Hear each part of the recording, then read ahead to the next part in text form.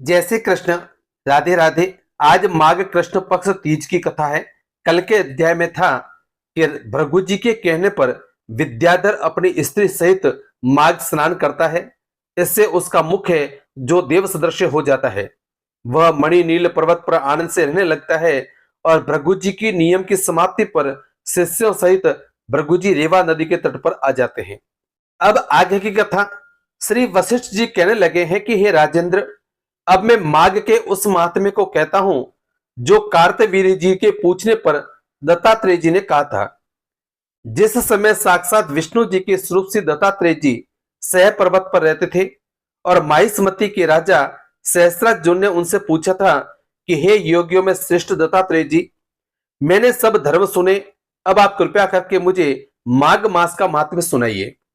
तब दत्तात्रेय जी बोले कि हे राजन, नारद जी से ब्रह्मा जी ने कहा था वही माघ मास महात्म्य मैं तुमको कहता हूं। इस कर्म भूमि भारत में जन्म लेकर जिसने माघ स्नान नहीं किया उसका जन्म निष्फल ही चला गया है।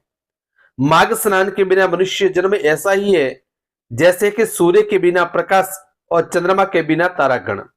व्रत, तप तथा दान से भगवान इतने प्रसन्न नहीं होते हैं जितने माघ मास के स्नान से होते हैं।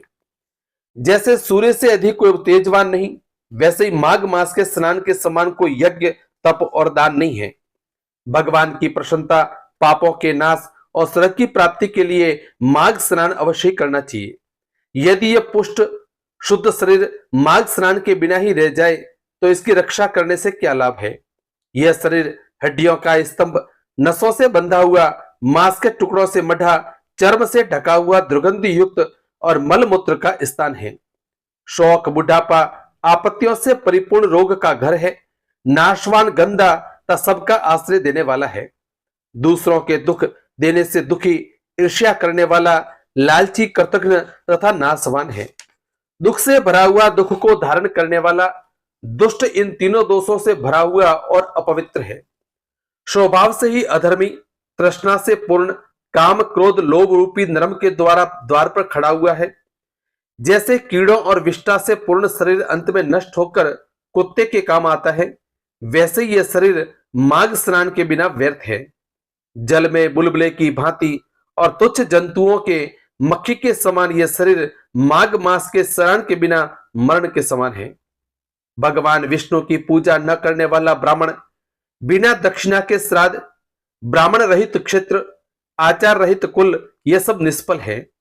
गर्भ से धर्म का, क्रोध से तप का, गुरुजनों की सेवा न करने से स्त्री तथा ब्रह्मचारी का, और बिना जल अग्नि के हवन करने का और बिना साक्षी के भुक्ति का नाश हो जाता है। जीविका के लिए रहने वाली कन्या, अपने ही लिए बनाए हुए भोज की क्रिया और क्षुद्र से भिक्षा लेकर किया हुआ यज्ञ और कंजूस का धन, यह सब नाशकारक है। बिना अभ्यास और आलस्य युक्त विद्या, असत्य वाणी, विरोध करने वाला राजा और जीविका के लिए की गई तीर्थ यात्रा, व्रत, संदेह युक्त मंत्र का जप और व्यग्र चित्त होकर जप करना, वेद जानने वाले को दान न देना, संसार में नास्तिक मत ग्रहण करना, श्रद्धा के बिना धार्मिक कार्य, ये सब व्यर्थ हैं। जिस प्रकार दरिद्र का जीवन व्यर्थ है, उसी तरह मनुष्य का जीवन बिना माघ स्नान के व्यर्थ है।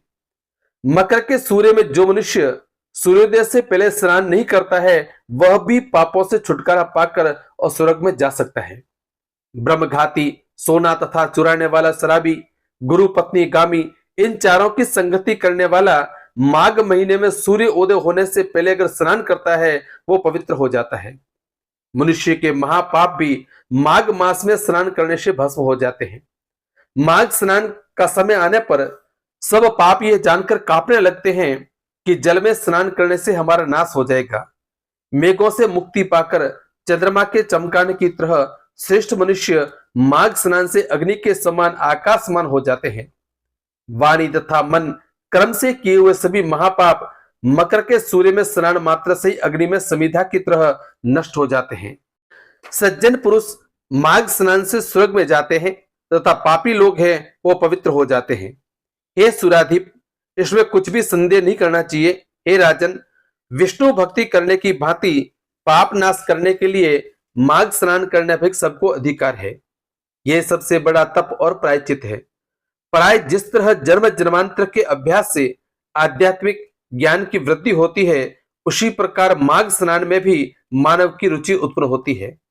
यह संसार रूपी कीचड़ धोने को पवित्र वस्तु है। हे राजन, सब इच्छाओं का फल देने वाला माघ स्नान जो नहीं करते हैं, वे चंद्र और सूर्य के समान भोग को कैसे भोग सकते हैं। आज का अध्याय यही समाप्त हुआ। कल के अध्याय के लिए आप जुड़े रहें आपके अपने ज्योतिष जीवन और अध्यात्म चैनल से। जय श्री कृष्ण, राधे राधे।